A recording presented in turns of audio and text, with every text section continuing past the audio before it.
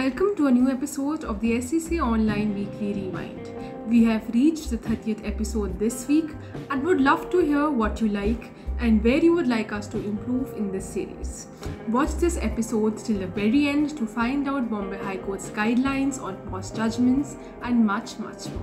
Let us first start with news of the Supreme Court. Swaraj India Trust Chairman Rajiv Dahiya has been held guilty of contempt, coming down heavily upon a contender who has apparently made a profession of filing public interest petitions and then using dilatory tactics to evade payment of costs imposed on him. The Supreme Court has held that the power to punish for contempt is a constitutional power vested in this court, which cannot be abridged or taken away even by legislative enactment. No more Tariq pe Tariq. In an important verdict on justice delivery system, the Supreme Court has asked the courts to be very slow in granting adjournments, noticing that many a times the task of adjournments is used to kill justice. The court said that repeated adjournments break the back of the litigants, and hence the court shall not grant the adjournments in a routine manner and mechanically, and shall not be a party to cause for delay in dispensing the justice. In a case where a compromise was reached between the parties 28 years after the incident left the victim crippled for life, the Supreme Court has said that the compromise cannot be the solitary basis for mitigating the sentence until the other aggravating and mitigating factors also support the accused. The court said that such brutality cannot be ignored, which is not against the individual but the crime is against the society and has to be dealt with sternly.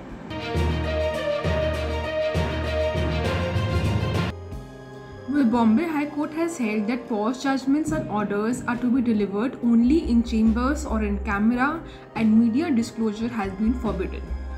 While addressing an issue revolving around the Sexual Harassment of Women at the Workplace Act of 2013 and the rules of 2013, the Bombay High Court has laid down guidelines with an endeavour to anonymize identities of the parties, stating that it is imperative to protect the identities of the parties from disclosure, even accidental disclosures wherein the issue is under the POSH Act and POSH rules.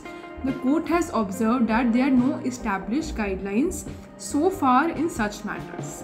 Therefore, the bench has laid down a working protocol in the form of guidelines for such hearings in the future, stating that the welfare of a minor cannot be determined on the sole parameter of the work commitment of one parent and the availability of ample time with another. The Bombay High Court has expressed that courts often ensure that even if the custody is given to one parent, the non-custodial parent has adequate visitation rights. The Kerala High Court has held that the argument that now the victim of rape had attained majority and was living happily with the accused is not a valid ground or a justifiable reason for squashing the criminal proceedings. The court has remarked that when rape is towards a child, the gravity is all the more severe and excruciating, as it may even lower the self-esteem, self-confidence and dignity of the child, and that the psychic effect and the impact would cause a devastating effect on the minor and result in far-reaching consequences. In a PIL that was filed on behalf of children who are specially abled in the state of Karnataka, textbooks are not available in Braille, and even the books have not been uploaded on the website in PDF form so that the printout can be taken out in Braille. Considering the same, the Karnataka High Court has directed the state government to provide textbooks in Braille for all the specially abled children having visual disabilities within a period of 15 days.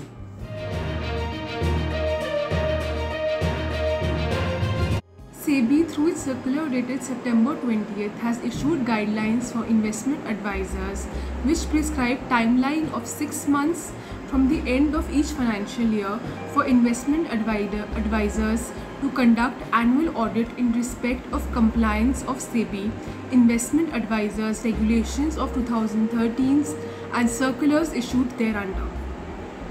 On September 15, 2021, the Ministry of Social Justice and Empowerment notified the date on which the provisions of the Constitution 105th Amendment Act 2021 will come into effect.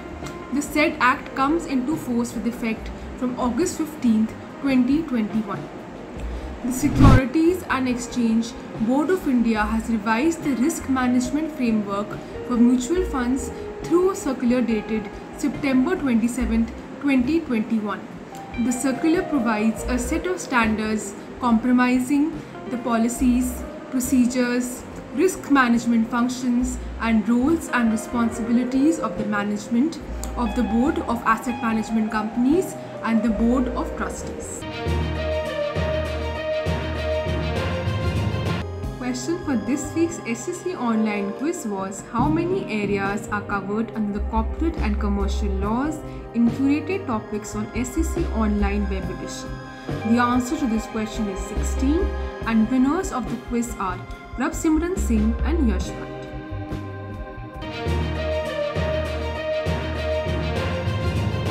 Two new books have released this week. A layman series book on child abuse, law, practice and prevention by Emilio Pinho and Andrusha Pinho, and the second edition of the celebrated student textbook on intellectual property by Elizabeth Werke and Jitin Saji Isaac.